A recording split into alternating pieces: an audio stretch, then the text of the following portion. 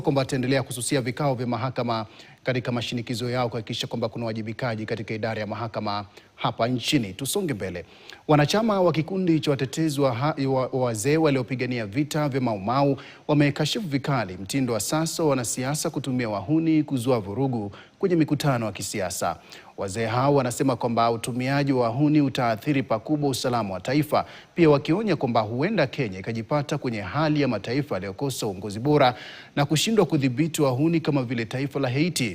Aidha, wazee hao pia wametoa wito kwa serikali kuwapa fidia yao, wakisema kuwa wengi wao wanaishi maisha ya upweke na umasikini mkubwa, huku fidia yao ikiwa serikalini.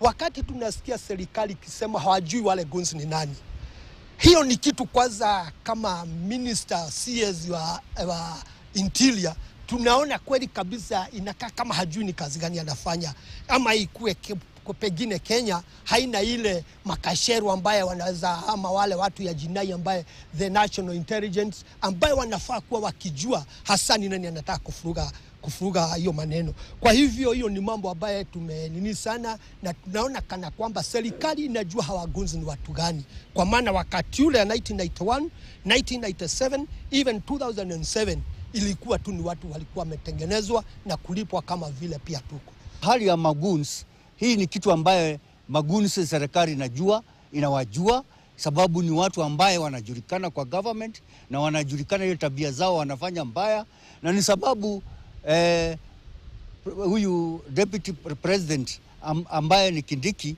nafikiri alianzisha mkakati mzuri wa National Administration Village Policy 2024, mambo ya Kalau.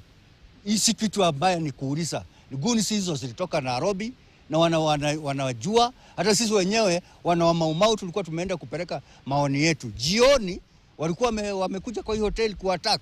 Kwa hivyo ni wanajua, na kama wanataka kuwakamata wakamata, lakini ile mambo ya kuthreaten watu baridi wawache. Kwingineko ni kwamba polisi katika kaunti ya Kiambu wameanzisha msako mkali kumtafuta mshukiwa anayedaiwa kuwaua wafanyakazi wenzake wawili na kumjeruhi vibaya mwingine katika eneo la Mugumo Drive Estate mjini Kiambu. Mshukiwa huyo aliyetambuliwa kama Moses Kigera anaripotiwa kutoweka baada ya kutekeleza shambulizi hilo. Kwa mjibu wa mkuu wa idara ya upelelezi DCI katika eneo hilo la Kiambu Mashariki, Stephen Mutua, polisi walipokea taarifa kutoka kwa mmoja wa wafanyakazi aliyefaulu kutoroka bila kujeruhiwa. Maafisa waliofika katika